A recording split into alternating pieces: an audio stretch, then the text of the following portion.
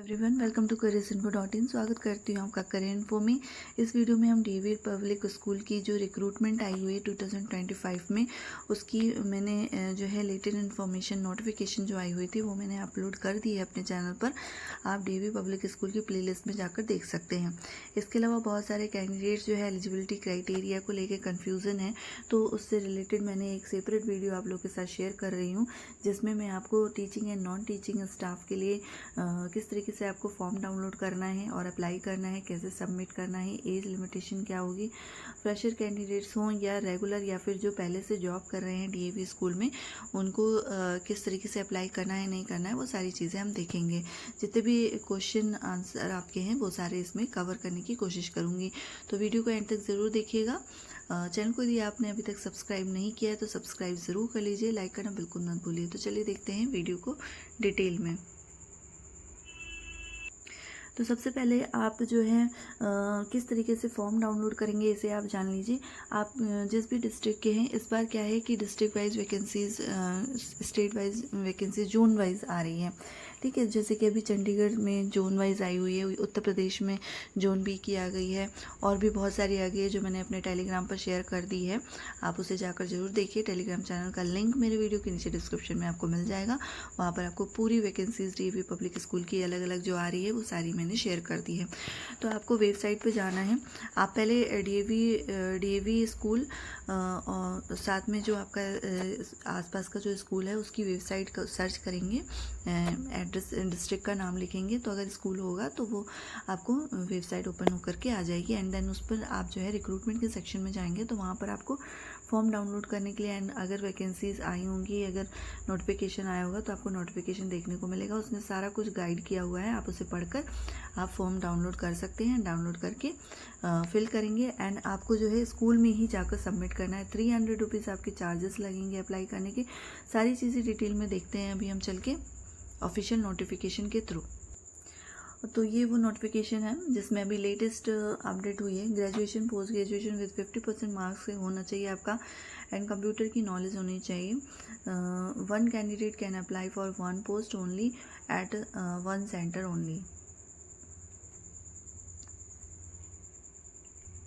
तो अगर आप एक पोस्ट के लिए अप्लाई करें, मान लीजिए आप एनटीटी पोस्ट के लिए अप्लाई कर रही हैं, गर्ल्स के लिए मैं बोल रही हूँ, फीमेल कैंडिडेट के लिए, तो आप सिर्फ एनटीटी पोस्ट के लिए एक ही बार अप्लाई करेंगी। एंड अगर आप चाहेंगे कि आप पीआरटी इंग्लिश के लिए अप्लाई कर लें तो उसके लिए आपको अलग से फिर से अप्लाई करना होगा। ठीक है, 1 सेंटर आपका, एक ही सेंटर मिलेगा। ठीक है, ये डिजरेबल क्वालिफिकेशन है, ग्रेजुएट पोस्ट ग्रेजुएट होना चाहिए 50% मार्क्स के साथ, एंड कंप्यूटर नॉलेज आपकी होनी ही चाहिए। अब देखिए, बीएड आपका मैंडेटरी है। ठीक है, ऑल टीचिंग पोस्ट के लिए, मगर यहाँ पे एनटीटी पोस्ट के लिए जैसे फीमेल कैंडिडेट्स जो हैं, जैसे कि नर्सरी टीचर्स के लिए उनका एनटीटी का कोर्स होता है 2 ईयर का, वो होना चाहिए। तो आप जो है ये देखिए 2 ईयर डिप्लोमा इन एनटीटी में, तो आप इसमें अप्लाई कर पाएंगे क्या, प्री प्राइमरी टीचर्स के लिए। इसके अलावा BPEd MPEd for physical education teacher के लिए, degree in fine arts and music B lib and M lib librarian के लिए। ये मैंने क्राइटेरिया बता दिया, एलिजिबिलिटी क्राइटेरिया क्या होनी चाहिए, एजुकेशनल।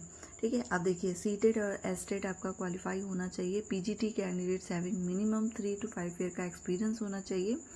ठीक है, एस्टेट एंड सीटेड आपका ऑल सब टीचिंग पोस्ट के लिए ज़रूरी है। ठीक है, ये जो है सीटेड, मेरे पास एक क्वेश्चन आया था कि क्या नॉन टीचिंग के लिए भी सीटेड होना चाहिए, तो नहीं, नॉन टीचिंग का कोई भी सीटेड या एस्टेट नहीं है, कोई सीटेड एस्टेट एग्ज़ाम नहीं है, उनका नहीं है। सिर्फ ऑल टीचिंग पोस्ट के लिए ही सीटेड एस्टेट मैंडेटरी है। इसके अलावा पोस्ट ग्रेजुएट टीचर के लिए 3 to 5 ईयर का एक्सपीरियंस होना चाहिए। Senior secondary classes is desirable, मतलब सीनियर सेकेंडरी में आपका एक्सपीरियंस होना चाहिए। इसके अलावा टीजीटी कैंडिडेट जो हैं, टीजीटीज़ वाले जो कैंडिडेट्स हैं, उनका भी 3 to 5 ईयर का टीचिंग एक्सपीरियंस होना चाहिए। Middle and secondary classes is desirable. Fluency आपकी English speaking is basic requirement है, बेसिक आपकी जो है इंग्लिश स्पीकिंग अच्छी होनी चाहिए। Sanskrit, Hindi and physical education, music, fine arts, librarian, science, SST group only, PRT TGT is required. ठीक है, candidates appearing for LDC, UDC and assistant should be graduate with computer proficiency, tally, noting and drafting minimum experience qualification. Experience required.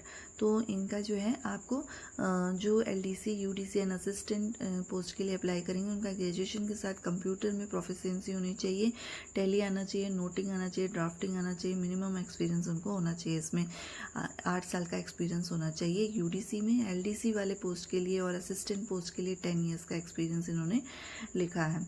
ठीक है, उनका experience certificate होना चाहिए form के साथ apply करने के लिए।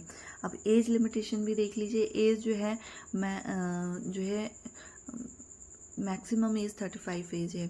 ठीक है, मैक्सिमम जो है आपके 35 एज वाले कैंडिडेट्स इसमें अप्लाई कर पाएंगे। अदरवाइज 40 ईयर्स वाले कैंडिडेट्स भी अप्लाई कर सकते हैं अगर उनके पास 5 ईयर का एक्सपीरियंस है टीचिंग में, CBSE भी के किसी भी एफिलिएटेड स्कूल में।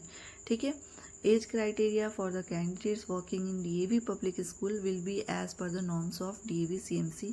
ठीक है, एज क्राइटेरिया अगर DAV में आप पढ़ा रहे हैं पहले से तो उन कैंडिडेट्स के लिए DAV CMC के अकॉर्डिंग फॉलो किया जाएगा। अब ये CBT एग्ज़ाम के लिए है, इस पे मैंने सेपरेट वीडियो पहले का अपलोड किया हुआ है, उसे भी आप देख सकते हैं क्योंकि सेम ही होगा। आप कहेंगे तो मैं इस पर एक सेपरेट वीडियो आप लोग के साथ शेयर कर दूंगी, अदरवाइज़ वो वीडियो आप देख लेंगे तो उससे काम चल जाएगा। कैसे प्रिपरेशन करनी है उस पर मैं आपको वीडियोज़ अपलोड कर दूँगी। अब देखिए, not to candidate will be allowed to appear for CBT from school where he she स्पोज। अच्छा, यहाँ पे देखिए non CBT ad hoc temporary guest faculty candidates must appear in CBTs। अच्छा, अब देखिए कौन कौन इसमें अपेयर होंगे। जो कैंडिडेट्स DAV में पढ़ाना चाहते हैं उनका CBT का एग्ज़ाम देना ही है उनको। जिनके पास CBT का एग्ज़ाम स्कोर कार्ड नहीं है वो इसमें अप्लाई नहीं करेंगे। ठीक है, अब अगर एडॉक पोस्ट पे आप हैं DAV स्कूल में पहले से, टेम्पररी पोस्ट पे हैं या गेस्ट फैकल्टी हैं तो भी आपको CBT 2025 देना ही पड़ेगा। अगर आप परमानेंट टीचर हैं DAV में तो उनको इसके लिए ज़रूरत नहीं है, उन कैंडिडेट्स को ज़रूरत है। अगर आप इसमें पढ़ा रहे हैं DAV में, परमानेंट पोस्ट है और आप ट्रांसफ़र लेना चाहते हैं तो फिर आपको फिर से CBT का एग्ज़ाम देना होगा। ठीक है, अब इसके अलावा ये देखिए रेगुलर स्टाफ जो मैंने आपको बताया ये वही चीज़ है। इम्पॉर्टेंट में यहाँ पे CBT qualified candidate who has got employment at a DAV school by virtual two of CBT 2024 need not appear.